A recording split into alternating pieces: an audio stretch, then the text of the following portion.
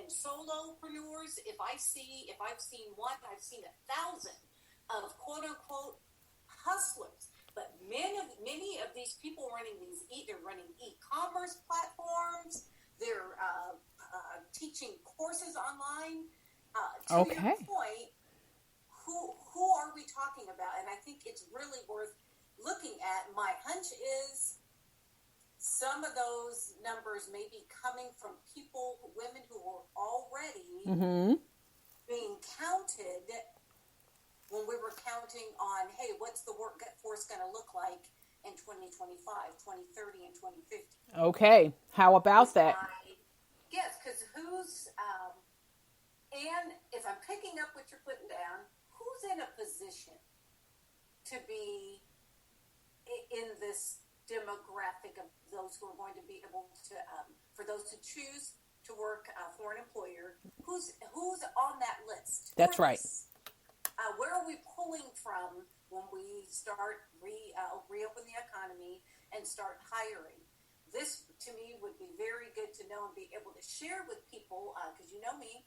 That's right. If you do better, you could do better. Right? That's right. That's right. Being able to really understand when we say it's almost like the proverbial, who are the proverbial they? Who are these women? I think great point, and I love to dive into who it is. My hunch is it's some who are on the short list already. Okay. That's wonderful. And so one thing for sure, we'll have to do this podcast over because the dog is barking. Can you hear the dog barking? Jasmine. I'm just so fortunate that mine isn't. But here's what's beautiful about it, even if we chose not to. What I'm hoping that we're able to do with this podcast is help people realize that life is, especially the life we're in now. Yes. We're not going back to dogs not barking. That's right. That's right. So the truth is the dog barking is that's right. That's right. So that's part of your new normal. Yes, I love that. So so this is very good, very interesting. And I think about just the process of doing succession planning in the workforce. Are these some of the data? Is it coming from that process as well? I would not be surprised if it wasn't, right? Because you would have had to collect it, right, and analyze it and push it forward. That's why the timing on it, even though some of this may be published now, when did you? That's right. And collect this with some of this, and then yes, let's look at those demographics because when you think of women of color, yes, who may be of a certain age, and we think about how many degrees away from what we used to call the standard. Yes. So if you called white male the standard previously, yes, how many degrees is a woman of color who's maybe in her middle age? So I think looking at the numbers would be very interesting because, quite frankly, as a woman of color, yes, age, that's not my experience. I don't think I'm on that short list. Well, there you go, and that's my thought. Experience in the world of work, I'd say, in the last 10 years. Yes.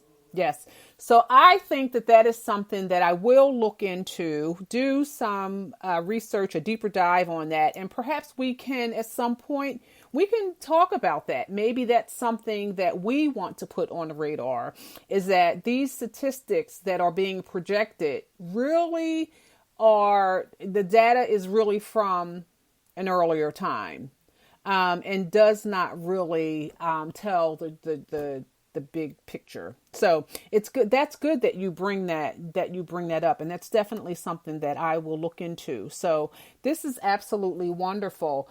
So Jasmine, one of the things that I would like to do before we go, is that I would like to ask you, and this is really for our listeners to get a feel for, not only who you are and what you do, but to give them a sense of something to utilize, a tool or tools that they can utilize in their efforts to do what we have laid out here today, the audacity to actually pivot. So I am going to ask you questions and I want you to fill in the blank.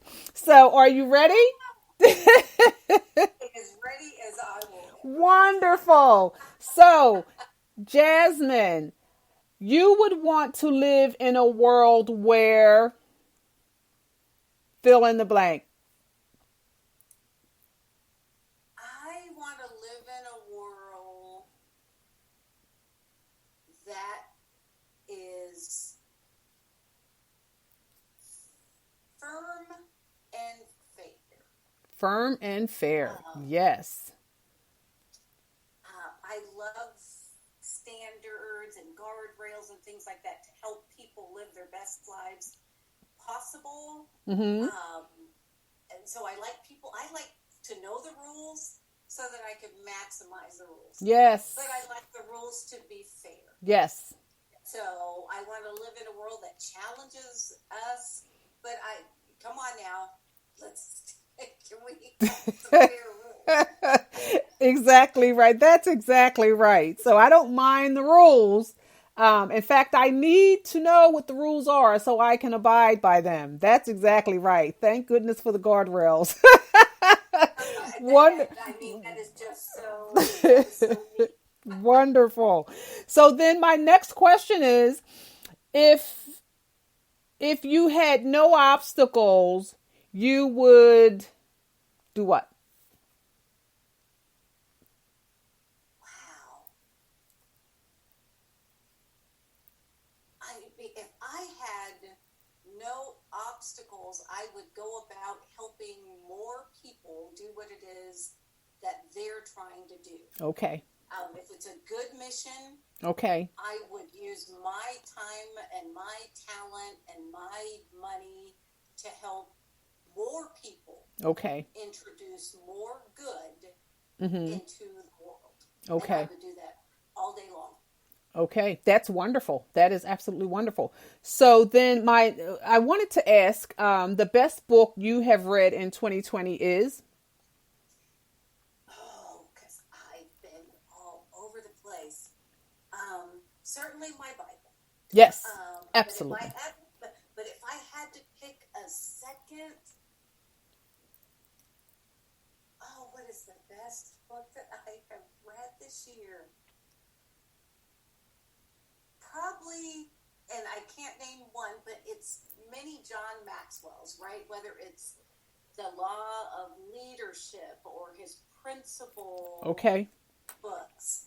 I'm going to say any of my John Maxwell. Okay. And you think that they are a good resource or a tool for anyone that's looking to not only pivot, but to be introspective? Do you think that Absolutely. they are? Okay. It is a awesome, any change, I believe change starts with you first. Okay. And so what I like about John Maxwell is he's firm. Yes. He's firm and fair. Okay. In terms of what competencies and characteristics are required to be a good person in the 21st century. Okay. So I would say it's been anything I've picked up about from John C. Maxwell. Okay, that's wonderful.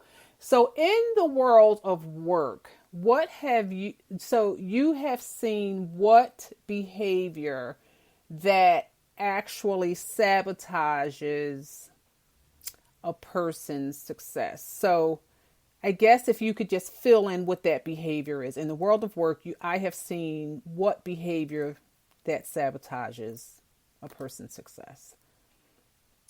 Negative thinking by and Large. Mm-hmm. Because that thing is deep and wide. Whether it's negative thinking about oneself or negative thinking about others and things. Okay. An ability to keep a positive lean Yes. allows you're going to be more likely to solve any problems that show up and seize opportunities. Okay. But see, if that negative thinking, negative mood, I'm a personality researcher. Okay. So neuroticism. Ah, okay. Meaning that personality trait that is just given to the dark cloud Yes. over over everything. Yeah. I think for me, if I had to pick one thing, it would be negativity. So whether it's negative thinking or uncontrolled negative emotions. Okay. They will come. They will come. Okay. But we're the boss of them. That's right. That's right. We are the boss of them. I like that because I do understand that the brain does have a tendency to be bent towards negative bias. Like that's just one of the components of our brain's construct. So yeah, that's good. But we are the boss of them. I love that. We are the boss of them. So I am extremely grateful that fill in the blank. That I'm here today. Yes. On this planet. Yes.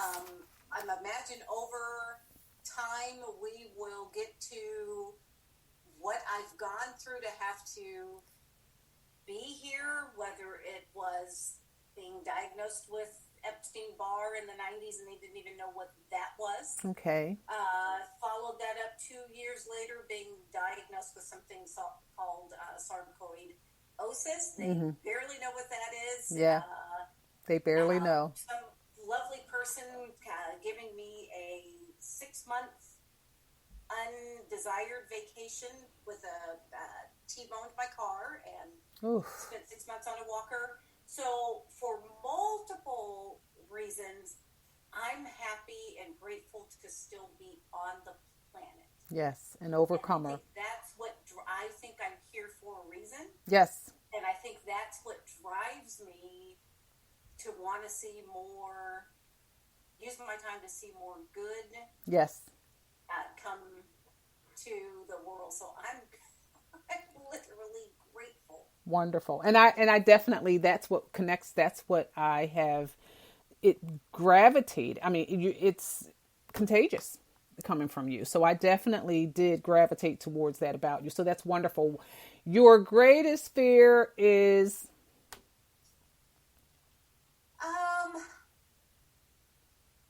That I'll leave something undone that I could have done. Okay. But made a maybe selfish choice that prevented me from getting it. Okay. Okay. Done. Examples like someone who needed help, Mm-hmm. and I could have offered the help or been some kind of provision to them. Okay. And it was just easier for me to stay home and watch episodes of Mission Impossible. Well, okay. Sometimes you have to preserve self, sometimes, but that's definitely good to know. I think for me, fear is my fear. So, the most courageous thing I have ever done is, well, aside from getting married, we won't use that one. Okay. I think going back to school to pursue a master's degree when I did. Okay. It was, we'll use later in life. Okay.